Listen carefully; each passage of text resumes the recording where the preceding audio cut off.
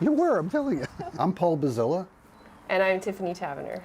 We have a motorcycle riding club called the Long Distance Riders of Manitoba, and we're also members of an organization called the Iron Butt Association, and we specialize in doing long distance rides in a really short amount of time. What's the name of this, and tell me how you came up with the name for this challenge? We're in the middle of Canada. It was just, we were playing this over the middle of Canada ride, and then the connection was obvious. It became The Middle Earth Quest. I really had to push the Iron Butt Association to accept this ride, and I had to argue for it. They did not want to start having some of those rides that were coast-to-coast rides. Plus, we've only got one national highway. I think it only makes sense. We have a Middle Earth Quest that starts and finishes in the center of Canada. Tell me about the bikes here. Well, as you can see, long-distance bikes aren't necessarily pretty, but they are functional. And specific reasons for picking these two bikes, and that they are extremely reliable. They're also old enough they predate any computer-driven electronics, which makes them even more reliable. The modifications we do are, if they don't have them, we put a cruise control on. To get a bit more range, both bikes have an auxiliary fuel cell. We also put driving lights on them. Other things we like to do are heated grips. Tell me about Tiffaney's bike here. What kind of bike is this? Well, this is a 1990 Honda GL 1500 Goldwing. And we chose these because they have proven themselves over the last 35 years to have been reliable as an anvil. There is a ride in the Iron Butt Association, a Canadian ride called the TC75.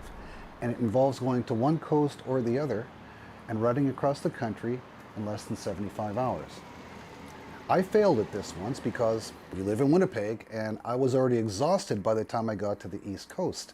And that was about 25 years ago. And since then, I've always wanted to find a way to do that. How does he convince you to go and do this with him? Well, Not as hard as you might think. no, not as hard. Because I started long distance riding in 2021 because of him. So to do the Middle Earth Quest, for me, I say it now, was no big deal, but it was a big deal. What time did you start off? We left Winnipeg at 5 so that we would start at 6, went to the center of Canada and took our picture. And it has to be cataloged. You can't just say you did it, you have to have proof. We were in heated gear till we got to Verdun, and now we're actually almost ready to put on mesh. I almost put on mesh just for the It got daytime. And it was lovely. It was perfect temperature. It was about 25. By the time we got to Calgary, it was cooling off. We had a really bad rain, so all the gear we ride, except for the mesh, is waterproof, so we're not stopping and trying to struggle and put on a rain suit. But then it got cold. So we have to put on heated gear. Merritt, on the top of the Coquihalla Highway at 4 in the morning, was 4 degrees. I kind of wanted to be in Vancouver, and I wanted to be out of Vancouver by 7 to avoid traffic, but we were still, what, 2 hours from, just from Hope. We actually had to stop and take one of our first naps in Merritt because we were tired. And it was insane amount of time to get from Hope to the Tsawwassen Ferry Terminal, which is going to be our furthest point.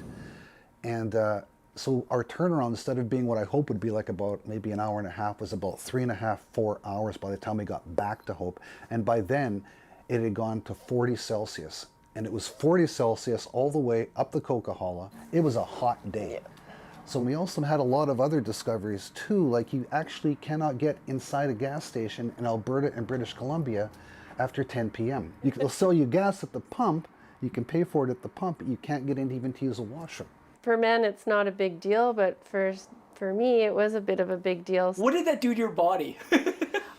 For me as a woman, I'm correctly built for long distance riding. I'm sitting on it right now. Us, we're heavy on the top, small on the bottom, and you start getting sores. After about 24 hours for sure, you're going to know you're in trouble. That's interesting because you were saying there was a point where you almost called it in. I did. My body was great, just my brain wanted to cash out. We were almost near Swift Current and I was really, really tired. And he's like, oh, let's hold out. And I was riding and there was a semi that was going to pass me. All of a sudden I saw him pull back and I realized I was way over on the left-hand side. And I said to Paul, we're stopping.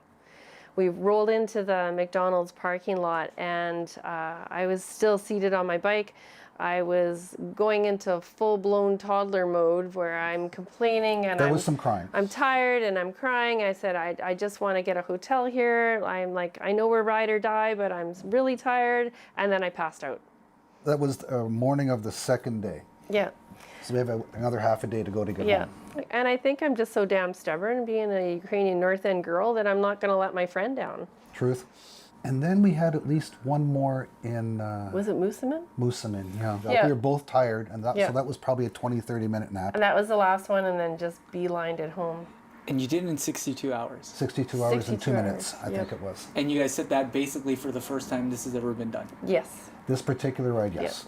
What do you want to say for other, female riders that might want to do something like this, I think that anybody can do it. It's just a matter of that you have to be prepared enough and also have the willingness just to try.